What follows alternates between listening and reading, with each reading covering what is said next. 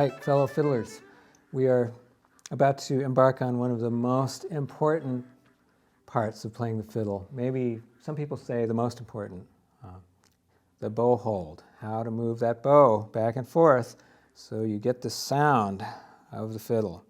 So let's have a look at the bow. It should look a lot like this.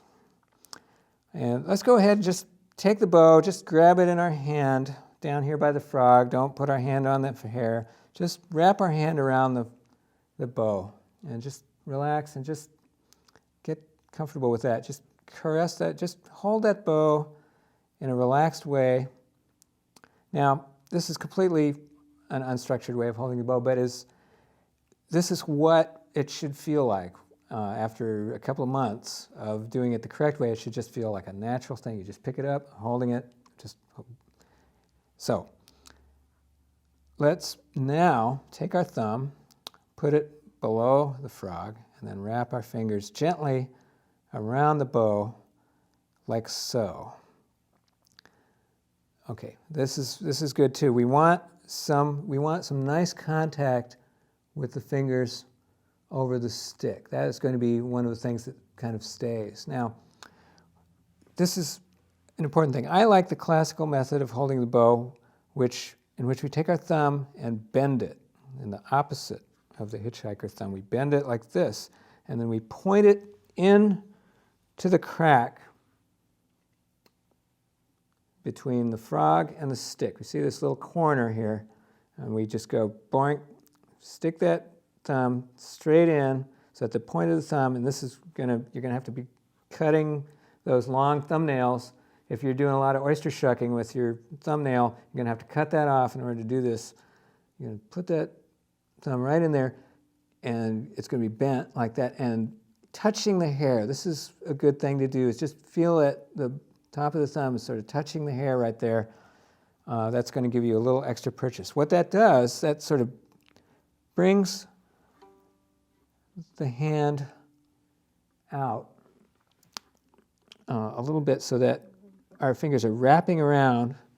You can see that the little finger is coming down on top of the stick, just setting itself on top of the stick. These other fingers are wrapping themselves gently around the bow. Okay, so we hold the bow out in front of us. Let's take the left hand holds the tip, again staying away from the hair. Square. You see that our right hand is wrapped around the bow. We've got our thumb bent, hopefully, which is going to tilt the bow so that the hair is a little closer to us than the stick is. That's good. We want that. Now, our elbow is probably a little down because we're talking about being relaxed here. We want to shake out, make sure we're not hunched up. We don't want that. We just want to be normal. Now, imagine that there's a little balloon attached to our right elbow, and it's going to just float our elbow up until it hits a certain point that feels comfortable. Now, what that does, I'm going to do that again, and instead of watching my elbow, watch my hand.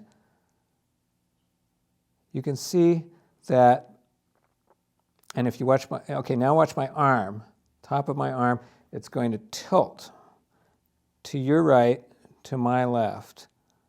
All right, it's going to just tilt like that, and that also tilts the hand, and you can see that the hand rotates a little bit so that the bow crosses this finger between the first knuckle and the second knuckle.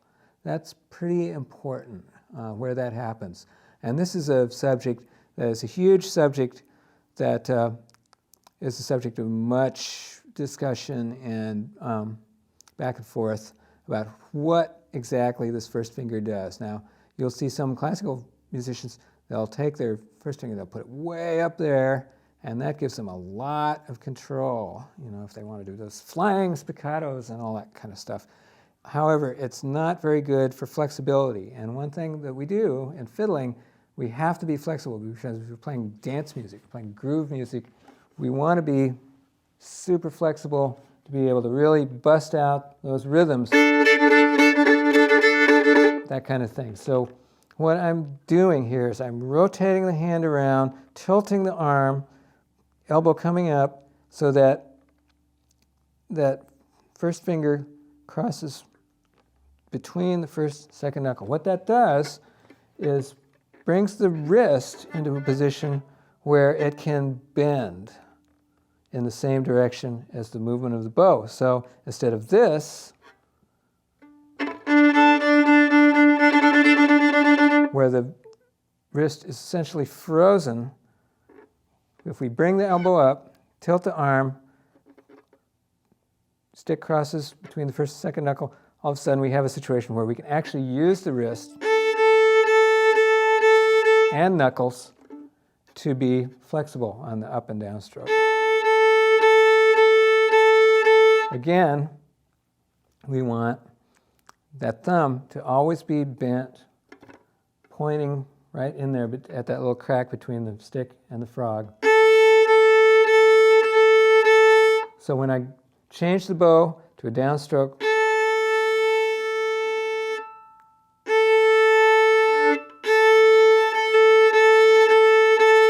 so we have wrist motion, we have elbow motion. Elbow is back and forth. We have wrist motion up and down in the direction that the wrist normally bends. And we have knuckle, also knuckle motion. We have. So let's go ahead and just play the D string back and forth.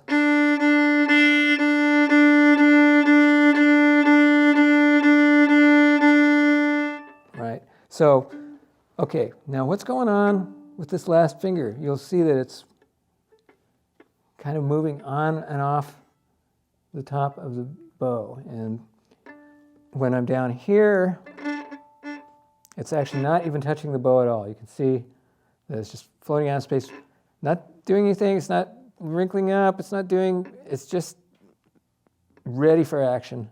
Because when I come back up, you can see how it just goes right into place, touching the top of the stick. And that finger is actually counterbalancing the whole rest of the stick. If I took the finger away, the stick would fall. So you could see. So we have this nice little fulcrum here.